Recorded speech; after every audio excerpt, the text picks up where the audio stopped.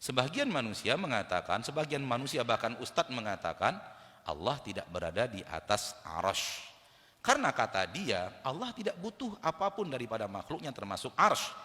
Kalau Allah di atas arsy berarti Allah bergantung kepada makhluknya yaitu arsy. Bagaimana ini ustadz?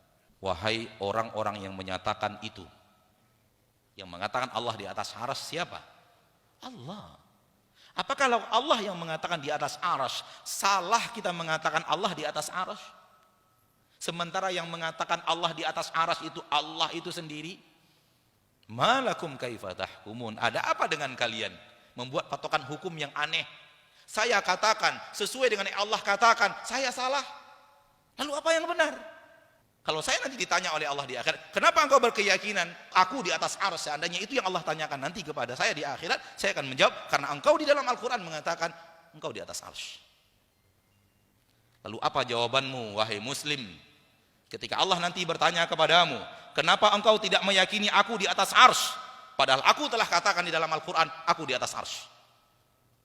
Coba siapkan jawaban dari sekarang. Cari jawaban yang bisa menyelamatkan anda di akhirat. Ya akhi, bagaimana anda tidak mau meyakini sesuatu yang Allah nyatakan tentang dirinya? Apakah anda lebih tahu tentang Allah dibanding Allah itu sendiri? Bukankah Al-Quran Allah turunkan untuk pedoman? Bukankah Allah menurunkan Al-Quran untuk diikuti? Bukankah akidah yang Allah nyatakan di dalam Al-Quran harus dijadikan akidah dan keyakinan?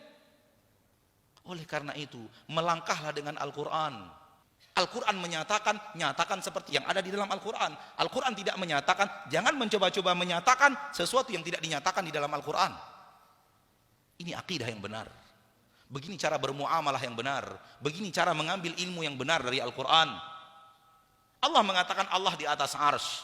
Namun Allah tidak mengatakan di dalam Al-Quran Allah membutuhkan arsy. Dari mana anda punya keyakinan kalau kita keyakini Allah di atas arsy berarti Allah butuh arsy? Di mana Allah mengatakan itu di dalam Al-Quran? Di mana kami menyatakan akidah yang seperti ini di dalam kajian-kajian kami? Tolong cari. Anda bertemu saya menyatakannya, potong leher saya. Kalau ada saya menyatakan Allah di atas arsy, Allah butuh arsy. Kalimat yang terakhir. Kalau bertemu saya mengucapkannya dalam kajian, saya datang kepada anda untuk penggal leher. Karena itu tidak pernah saya yakini seumur hidup. Bahkan saya meyakini Allah di atas arsy, arsy butuh Allah.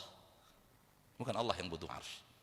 Kalau anda tidak berani menyatakan seperti yang Allah nyatakan di dalam Al-Quran, kemana anda akan mencari keselamatan di akhirat? Taib. Fahamlah kita terlalu cerdas. Sehingga kecerdasannya membuat dia sesat. Kenapa terlalu cerdas? Karena rumus ilmu Allah, dia pakai rumus ilmu manusia. Letak kekeliruannya ada di sini. Dia berbicara sesuatu tentang Allah, rumus yang dia pakai rumus manusia. Raja di atas singgasana. Arsy itu artinya singgasana. Raja di atas singgasana, sedang enak-enak duduk, singgasananya diangkat, jatuh rajanya. Seperti itu juga dengan Allah. Allah di atas arsy-nya, ketika singgasananya dibuang, Allah akan jatuh. Gitu. Itu rumus manusia untuk manusia, rumus makhluk untuk makhluk. Anda sudah berbicara Rabbul makhluk, pencipta makhluk.